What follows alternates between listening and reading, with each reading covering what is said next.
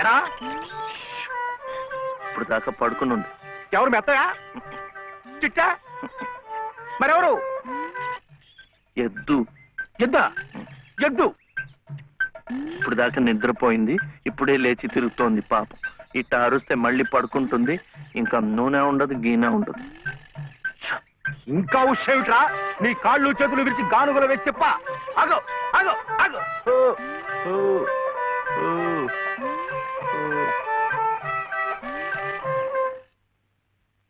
చెప్పానుగా పడుకుంటుందని. ఇప్పుడు కాడి మెడ మీద వేసుకుని నువ్వే తిరుగు. తిరుగుతాను. లే రే ఆ నూనెంతా డబ్బాలో తెచ్చావు. ఎంత నూనె తగలడిపోయిందో. ఏమిట్రా? ఇది అమ్మకూడదు, మట్టిలో కలిసిపోయింది. ఒంటికి రాసుకుని తలంటుకో. అంటుకుంటా. కాంతం కాంతం, నువ్వు వెళ్ళి పత్రం పట్టరా. రౌతు కొద్ది గుర్రమని ఊరికే అన్నారటో. బుర్రలేని వెధవ కూర్చున్నాడని తెలిసి అది వెనక్కి తిరిగి తెచ్చింది. ఇది అలవాటై రేపు నేను కూర్చున్నా వెనక్కి తిరిగి తెచ్చి నన్ను వెధవం చేస్తుంది. ఏమిటైది? నేను తెమ్మన్నానా? నా నెత్తిరేసి కొట్టు. పత్రం కాదు, పత్రం, స్టాంప్ పేపరు పట్రా. మళ్ళీ సంతకం పెట్టాలా మావయ్య? అవును. నేను పెట్టను. ఎందుకని? ఆయనమ్మ పెట్టద్దంది. పెట్టకపోతే ఈ నష్టం ఎవరు భరిస్తారా? ఎవరు భరిస్తారు? డబ్బా నూనె ఖరీదని తెలుసా? 200. నీ బొంద. ఇది మీ నాన్న మీద జిడ్డావదం కాదు, ప్రశస్తమైన నువ్వుల నూనె. డబ్బా నూనె ఖరీదు 1000. 1000 రూపాయలు. 3 డబ్బాలకి 3000. ఇవో తీసుకో, పెట్టు.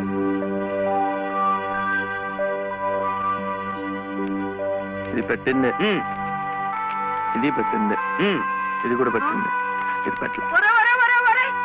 ఏమిట్రా అది? మళ్ళీ సంతకం పెడుతున్నావా?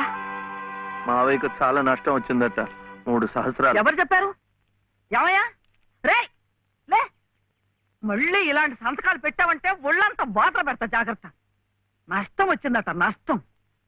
ఇంతవరకు ఆయన గారు పెట్టించుకున్న సంతకాలు చాలు. నువ్వు జన్మంతా తప్పులు చేసినా ఆయనకేం నష్టం రాదు. వెళ్ళి స్నానం చేసినప్పుడు. ఏమిటండి మీరు కూడాను? ఎంత నష్టాన్ని భరించమంటారు? నిండా ముంచేస్తుంటాను. నిక్షేపం లాంటి నువ్వులోనే పిల్ల కాలంలో ఎలా ప్రవేశిస్తుంది చూడండి. పద్దు పద్దు నువ్వు కాదయ్యా రాయాల్సింది. నీ పాపాల పద్దు నేను రాయాలి. నా ఇల్లంతా హక్కు భక్తం చేసుకున్నందుకు రాయాలి. వాడి పొలం చేస్తున్నానన్న పేరుతో ఎక్కడికక్కడ పందికొక్కులా మెక్కుతున్నందుకు రాయాలి. నా బిడ్డ పోయిన 3 నెలలకే మళ్ళీ పెళ్లి చేసుకుని మమ్మల్ని ఎలా హింస పెడుతున్నావని రాయాలి. అనంత గారు అనండి. ఇంతకాలం మీ ఇంటి కుక్క కాపలా కాస్తున్నందుకు మీరు అనాల్సిందే, నేర్పడాల్సిందే. ఊరికి నేను ఎందుకంటారయ్యా? పాపాలు చేస్తుంటే అంటారు. మనిషికి ఒక మాట. గొడ్డుకో దెబ్బని నన్ను గొడ్డంటావా? చూసువా, సతీ తులసి లాంటి దాన్ని నా నోటితో ఆ మాట అనగలనా? పిన్ని గారు సామెత మర్చిపోయారేమో అని. నువ్వు సతీ తులసి సరే. ఏమిటా శబ్దాలు? ఇంట్లో ఎవరున్నారు? సతీ సావిత్రి లాంటి దాన్ని నన్ను అనుమానిస్తున్నారా? లోపల శబ్దాలు అవుతుంటే సత్యవంతుడికైనా సరే అనుమానం.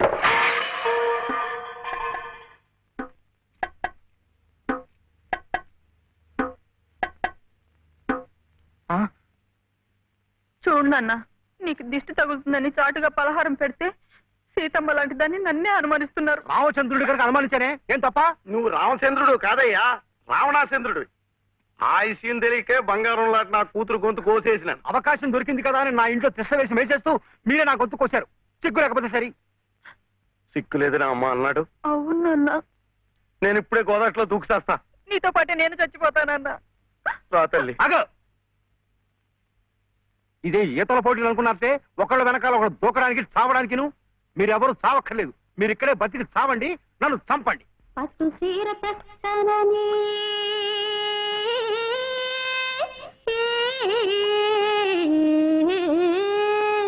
పట్టు సీర తెస్తానని పడవేసికెళ్ళిండు మావా. పట్టు సీర తెస్తానని పడవేసికెళ్ళిండు మావా. గట్టు తీరేదాకా అటగే ఉండు పట్టపగలల్లే ఓ సందమావ. పట్టపగలల్లే ఓ సందమావ. తన సుబ్బులు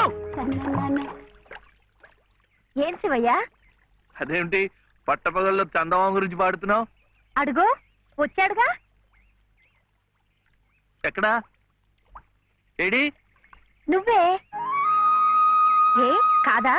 గుండ్రటి మొహం, చక్రాల్లాంటి కళ్ళు, ఎన్నెలల్లే నవ్వు. అయితే పాడుకో. ఏ శివయ్య కాస్తిటొచ్చి ఈ ప్రద్దెళ్ళు అందడం లేదు. వీపు అందకుండా ఎందుకు పెట్టుకున్నావు? మీ ఆడాళ్ళతో ఎప్పుడు ఇదే గొడవ. తాలిబొట్టు తెస్తానని తాళరేవుకెళ్ళిండు మావా. తాలిబొట్టు తెస్తానని తాళరేవుకెళ్ళిండు మావా. ఆలినయ్యేదాకా వెళ్ళిపోమాక ఎన్నెలమ్మ తోడు సందమావా. ఎన్నెల్లమ్మ తోడు సందమావా. ఎన్నెల్లమ్మ. అబ్బా ఏమైంది? అవును, వెంకటస్వామి తాళ్ళిబొట్టు తీసుకురాగానే నీకు పెళ్లి అయిపోతుంది అన్నమాట. ఎట్టా అవుద్దయ్యా, నాకంటే పెద్దాడివి, నీకే కంది. నన్ను చేసుకోనందిగా, ఇంకెట్ట అవుతుంది? ఎవరంది? మా మావయ్య కూతురు చిట్టి. బంగారు కొండవి, నిన్న ఉంది. ఎందుకంది? మా నాయనమేమో శివయ్యని నీ మొగుడు చిట్టి అంది. చిట్టేమో నేను నీ పెళ్ళానా బావా అని నన్ను అడిగింది. నాకేం తెలుసు, నానమ్మ అడుగు అన్నాను. అన్నిటికీ నానమ్మ అనేవాడికి పెళ్ళందుకు అని చెప్పి నా తల మీద మొట్టకాయ వేసి వెళ్ళి ఓసి పిచ్చి మొద్దా, మంచి పని చేసిందిలే. ఇదిగో ఓ మంచి లగ్గం చూసాయి, మన ఇద్దరం మరవాడేద్దాం. ఏంటి శివయ్య వింటున్నావా? లేదు, బొందు కంటుకుంటున్నావు.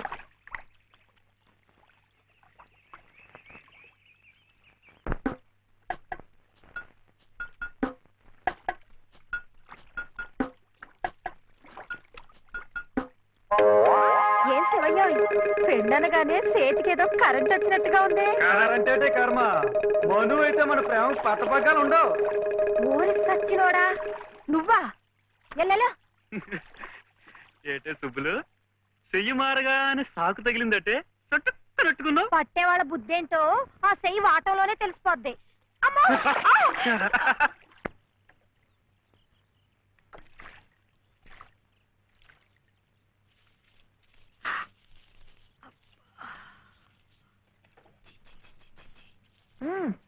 పొద్దునే ఏ మొహం పడితే ఆ మొహం చూడకు. అత్తయ్య ఏదో ఉండనా లోపలికి వెళ్ళు.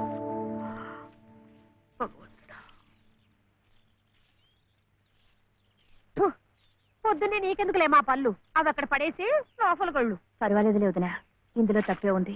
తప్పే ఉంది అని నిలదీసి అడిగితే నేనేం చెప్పను? నిన్న పొద్దున్నే నీ మొహం చూశాక ఆ పక్కింటి ఆయన కాలు జారి పడ్డాడట. వాళ్ళ ఆవిడ ఒకటే తిట్టిపోసింది. పొద్దునే లేచి ఎవరైనా కాస్త మంచి మొహం చూడాలనుకుంటారు పాపం. ఏమే నీళ్ళు, నువ్వు వెళ్ళి కాస్త కాఫీ పని చూడమ్మా. వెళ్ళు.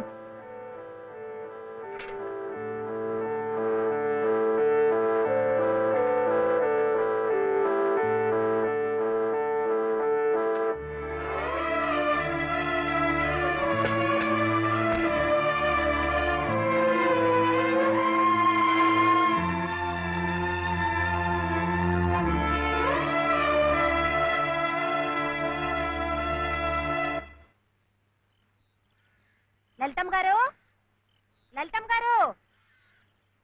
గారు అదేమిటి రోజు ఎంతగానో దుర్గమ్మ గారు అని నా పేరు పెట్టి పిలిచేదానివి, ఈ రోజు ఏమిటి లలితమ్మో అంట గావు కేకలు? దుర్గమ్మ లలితమ్మ అయిపోయింది ఏమిటి? అదెట్టా అవుతుందమ్మా, దుర్గమ్మే లలితమ్మే. నా జాకెట్ నా లాగు, నా చొక్క ఎక్కడా? ఇదిగో బాబు, తమ చీరలు 2 రాసుకోండి. ఒరే చెంప అక్కడ పెట్టరా.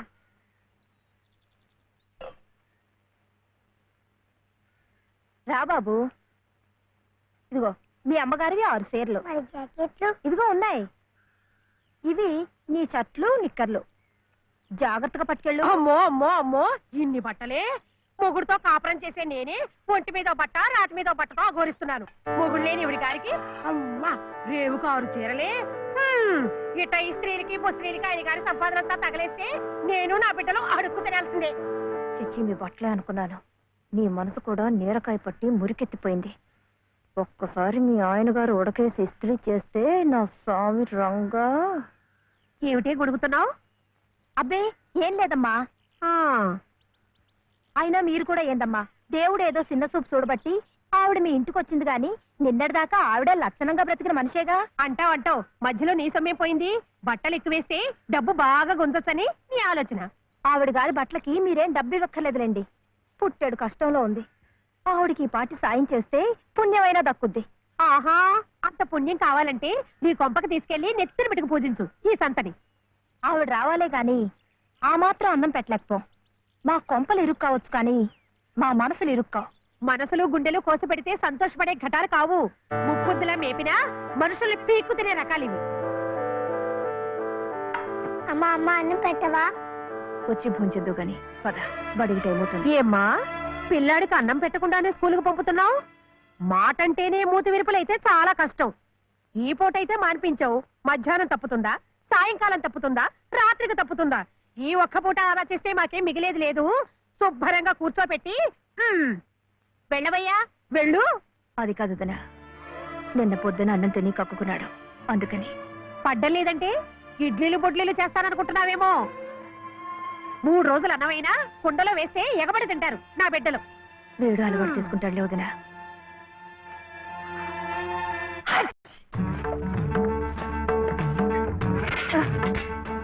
ఇక్కడ గొడిగే.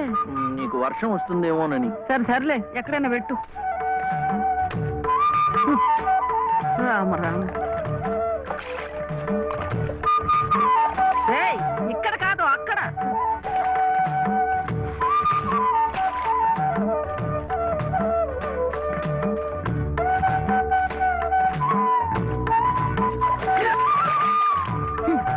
రామచంద్ర,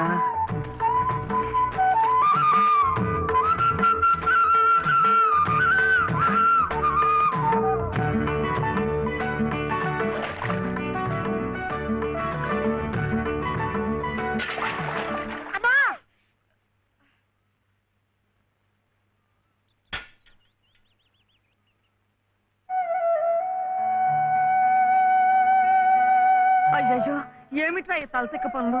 చూడలేదు. సర్లే, బిడ్డ పూర్తిగా తడిసిపోయాడు. ఏమనుకోకమ్మా. పర్వాలేదు. చాలే. అయితే రేపటి నుంచి నీళ్లు కూడా పోయాను. ఒరే, ఇదంతా నా కోసం అట్రా, నీ కోసం కాదు. ఏది చేసినా భక్తితో చెయ్యాలయ్యా. అయితే ప్రసాదానికి వెళ్ళినా వెళ్ళు. ఓం రాజాతిరాజాయ ప్రసహ్య సాహినే నమో వయం వై శ్రవణాయ కుర్మహే సమే కామాం కామ కామాయ మహ్యం కామేశ్వరో వై శ్రవణో దదాతు. కామేశ్వరో వై ఇంకా నైవేద్యం కాలేదురా. శ్రవణో దదాతు.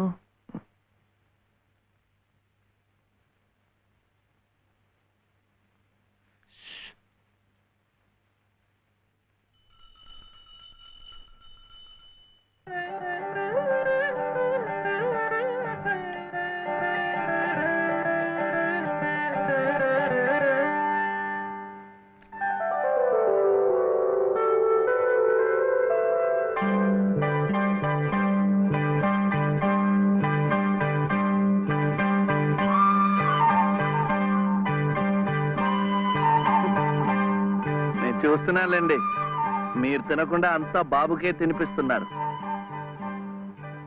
తీసుకోండి. నాకు లేదనా? నేను మళ్ళా అడిగితే ఇస్తారు. ఈ గుడి మాకు బాగా తెలుసు. నేను మా నానమ్మ రోజు వచ్చి ఇదంతా కడిగి ముగ్గులేస్తాంగా. తీసుకోండి, తీసుకోండి. తీసుకోమ్మా. అసలు దేవుడు గర్భగుడిలో ఉంటే వీడు ఊరేగింపుకు వెళ్లే ఉత్సవ విగ్రహం లాంటి వాడు. పుణ్యమే. రాజమ్మా, ఆ అమ్మాయి ఎవరో తెలుసుగా? మన చలపతి చెల్లెలు లలిత. అలాగా, నేను గుర్తుపట్టలేదు.